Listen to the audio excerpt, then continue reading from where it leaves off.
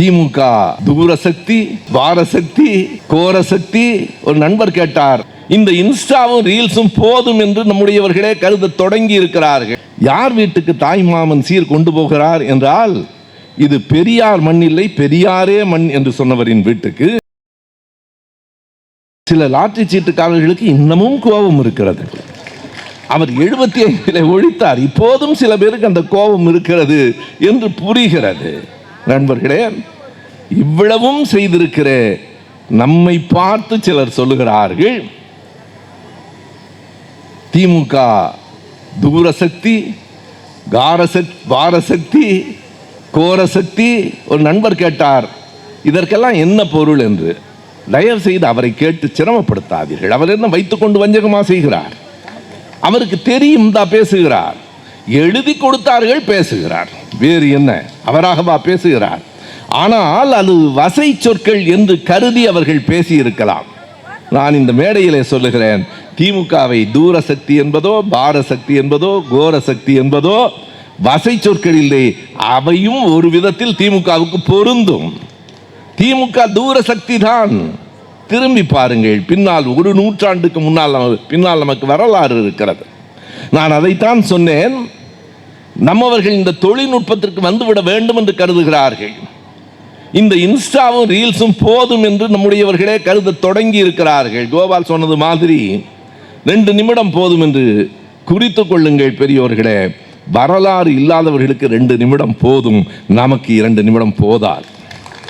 சுருங்க சொல்லுவது வேறு, ஆனால் நாம் அடுத்த தலைமுறைக்கு நிறைய சொல்ல வேண்டி இருக்கிறது. ஒருவேளை சொல்ல தவறிவிட்டோமோ என்கிற குற்ற உணர்வும் நமக்கு இருக்கிறது. எனவே இன்றைக்கு நீங்கள் எண்ணி பார்த்தால், தூர சக்தி என்றால் தொலை தூரத்தில் தொடங்கிற்று நம்முடைய வரலாறு. 1 நூற்றாண்டுக்கு முன்னால் தொடங்கிற்று. இன்னும் சில நூற்றாண்டுகளுக்கு திராவிட இயக்கம் இந்த மண்ணை வழி நடத்தும். இது ஒரு தூர சக்தி தான். யார் இல்லை என்று சொன்னார்கள்? அவ்வளவு தொலைதூர பார்வை எங்களுக்கு உண்டு. பிறகு பாரசக்தி என்கிறார்களே, பாரம் என்றால் கனம் என்று பொருள். இந்த மேடை கனமானது. நண்பர்களே, இதே போல ஜூன் 3ஆம் தேதி தான் பல திட்டங்களை கொண்டு வந்தார். அதற்கு பிறகு 2008 ஏப்ரல் மாதத்தில் 75க்கு பிறகு ஏன் அந்த திட்டங்கள் வரவில்லை? நம்முடைய ஆட்சி இல்லை, கலைக்கப்பட்டது. 89 ஆட்சிக்கு வந்த உடனே கலைஞர் செய்ததை நினைவில் வைத்துக் கொள்ளுங்கள். தன்னுடைய பிறந்த நாள் ஜூன் 3க்கு சில நாட்கள் முன்பாகவே பெண்களுக்கு சொத்துரிமை என்பதை கலைஞர் அறிவித்தார். இங்கே இருக்கிற பெண்களே, குறித்துக் கொள்ளுங்கள், அது சொத்துரிமை அல்ல, சுயமரியாதை. பெண்களுக்கான சுயமரியாதை. யாரையும் யாரிடத்திலும் கை நீட்டி நிற்க வேண்டியதில்லை. 2008 திருநங்கையர்களுக்கான நல வாரியத்தை உருவாக்கியவர் தலைவர் கலைஞர் தான். அண்மையிலே இந்தியா டிசன்ஸ் என்கிற ஒரு புத்தகத்தை படித்துக் கொண்டிருந்த போது ஒரு திருநங்கை ஒரு கவிதை எழுதியிருக்கிறார். We have no parents, we have no siblings. எங்களுக்கு யாரும் இல்லை, பெற்றோர்கள் எங்களை ஏற்கவில்லை, உடன் பிறந்தவர்கள் எங்களை ஏற்கவில்லை, தன்னந்தனியாய் அனாதைகளாய் நாங்கள் நின்ற காலம் உண்டு என்று கலைஞர் தான் அவர்களுக்கான ஒரு நல வாரியத்தை ஏற்படுத்தி ஏறத்தாழ 3000 பேருக்கு மேலே அடையாள அட்டைகளை, குடும்ப அட்டைகளை கொடுத்தார். இந்த மேடையில் நான் பேசுவதிலே தற்செயலாக இன்னொரு பொருத்தமும் உண்டு. 2015 ஏப்ரலில் மாநிலங்களவையில் திருநங்கைகளுக்கான தனிநபர் மசோதாவை கொண்டு வந்தவர் நம்முடைய நாடாளுமன்ற உறுப்பினர் திருச்சி சிவா அவர்கள் தான். அவர் ஏப்ரலிலே கொண்டு வந்தார். பிறகு அங்கே இருந்து மக்களவைக்கு போனது 16 பிப்ரவரி. அது EWS ஆக இருந்தால், இந்த அரிய வகை ஏழைகள் இருக்கிறார்களே, உயர் ஜாதியிலே பிறந்து அவர்கள் ஏழைகள் என்கிறார்களே, அவர்களுக்கான இடஒதுக்கீடு 4 நாட்களில் நிறைவேறிற்று. கவனத்தில் வையுங்கள். யாரும் கோரிக்கை வைக்கவில்லை. காலகாலமாக இடஒதுக்கீடு வேண்டும் என்று கேட்கிற நமக்கு அது நிறைவேற்றப்படவில்லை. VP சிங் என்கிற ஒரு மனிதன் வரவில்லை என்றால் நமக்கு அந்த பிற்படுத்தப்பட்டவர்களுக்கான இடஒதுக்கீடு கிடைத்திருக்காது. தமிழ்நாடு மைசூரில் தான் தொடக்கம்.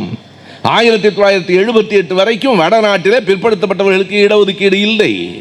பீகாரிலே கற்பூரி தாகூர் என்கிற ஒரு முதலமைச்சர் வருகிற போதுதான் அது தொடங்கிட்டு 6 மாதத்தில் அவருடைய ஆட்சி கலைக்கப்பட்டது.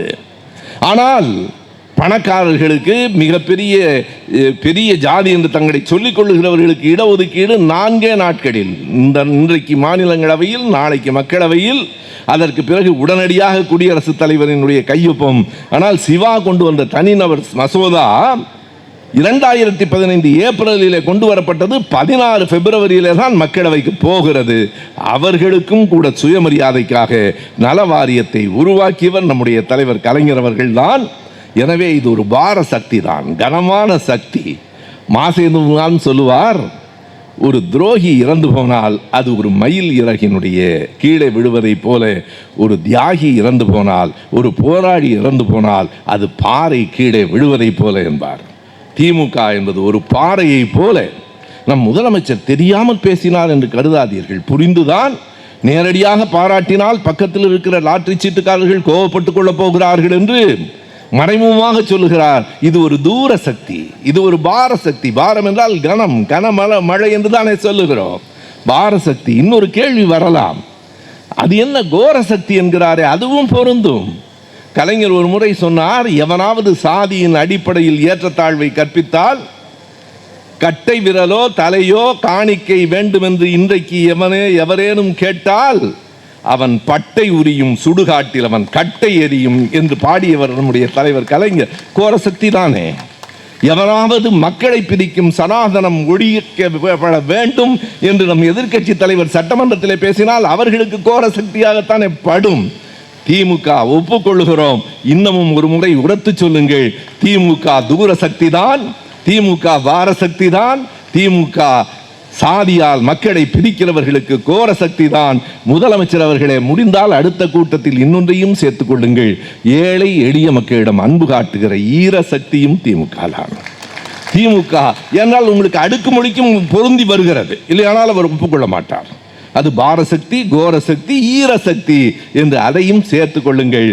ஆனால் நான் என் உரையை முடிப்பதற்கு முன்னால் துணை பொதுச் செயலாளர் அவர்களும் நம்முடைய மாவட்ட செயலாளர்கள் மாசு அவர்களும் தமிழச்சி அவர்களும் எல்லாம் இருக்கிற இந்த மேடையில் என்னுடைய ஒரு சின்ன ஆதங்கத்தையும் பதிவு செய்துவிட்டு நான் உரையை நிறைவு செய்வேன். நாம் ஈரசக்தி தான், எதிரிகளிடம் கூட அன்பு காட்டுகிறவர்கள் தான். கலைஞர் தான் அதையும் நமக்கு சொல்லி தந்தார். என்னை கடலில் தூக்கி எறிந்தாலும் நான் களமாகத்தான் மிதப்பேன், கவிழ்ந்து விட மாட்டேன், நீங்கள் ஏறி பயணம் செய்யலாம் என்றார். அதை சரியாகவோ தவறாகவோ புரிந்து கொண்டு நம்முடைய அண்மையில் ஒரு நிகழ்ச்சியை நான் எல்லா தொலைக்காட்சிகளிலும் பார்த்தேன். மாமன் சீர் கொண்டு போகிற நிகழ்ச்சி, தாய்மாமன் சீர் கொண்டு போகிற நிகழ்ச்சி. இவ்வளவு பெருந்தன்மையா என்று எனக்கு தோன்றிற்று. ஏனென்றால் நம்முடைய மாவட்ட செயலாளர் முன்னாள் அமைச்சர் யார் வீட்டுக்கு தாய்மாமன் சீர் கொண்டு போகிறார் என்றால், இது பெரியார் மண் இல்லை, பெரியாரே மண் என்று சொன்னவரின் வீட்டுக்கு, அண்ணா கலைஞரின் நினைவிடங்களை இடிக்க வேண்டும் என்று சொன்னவரின் வீட்டிற்கு, இன்னமும் சொன்னால் கள்ளக்குடி கொண்ட கருணாநிதி என்னும் பாட்டை கள்ளத்தனம் கொண்ட கருணாநிதி என்று பாடியவரின் வீட்டுக்கு, ஆரிய கடப்பாறை கொண்டு திராவிட கோட்டையை இடிப்பேன் என்று சொன்னவருக்கு தாய்மாமன் சீர் கொண்டு போகிற அளவுக்கு எவ்வளவு பெரிய உள்ளம், எவ்வளவு பெருந்தன்மை. நண்பர்களே, நான் கொஞ்சம் சின்ன புத்திக்காரன், எனக்கு அது கிடையாது. கலைஞரை படித்தவன், அண்ணாவை படித்தவனுக்கு நான் உண்மையிலேயே தாய்மாமனாக இருந்தாலும் சாகும் வரை பகையாடியாக இருப்பேனே தவிர ஒரு நாளும் உறவாடியாக இருக்க மாட்டேன். இதுவும் சுயமரியாதையின் ஒரு வடிவம். நன்றி, வணக்கம்.